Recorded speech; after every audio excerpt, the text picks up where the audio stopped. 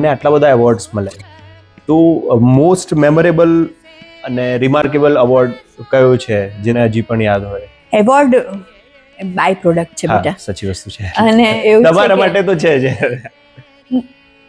That was never focus. હા. પણ જે પહેલો મોટો સ્ટેટ એવોર્ડ મળ્યો તે ઓમકારનાથ ઠાકોર એવોર્ડ મને મળ્યો, અને એ ભરૂચમાં મળેલો.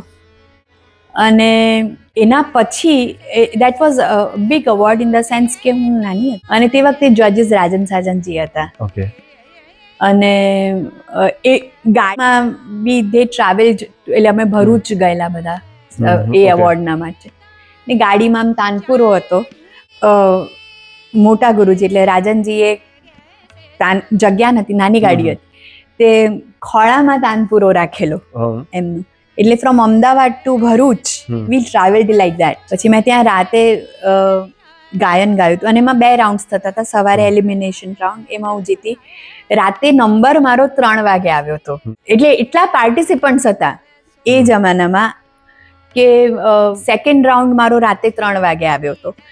અને મેં કહ્યું તેમ કે એકોસ્ટિક તાનપુરા છેડીને ગાતા હતા તે વખતે. તો મારી પાછળ તે વખતના મારા ગુરુ રૂપાંદે શાહ હતા, એટલે જે ગુરુજીના બી પટ શિષ્ય હતા તે વખતે. તો રૂપાબેન મારી પાછળ તાનપુરો લઈને બેઠેલા. એટલે I was only 15 years old, અને રૂપાબેન બિંગ તે વખતે probably in her 40s or 50s or whatever. તો એ રૂપાબેને મારી પાસે તાનપુરો છેડેલો, અને મેં રાતે 3 વાગે ગાયું હતું. એટલે as gurus they were so supportive of me. એટલે એ મારા માટે વધારે અગત્યનું છે.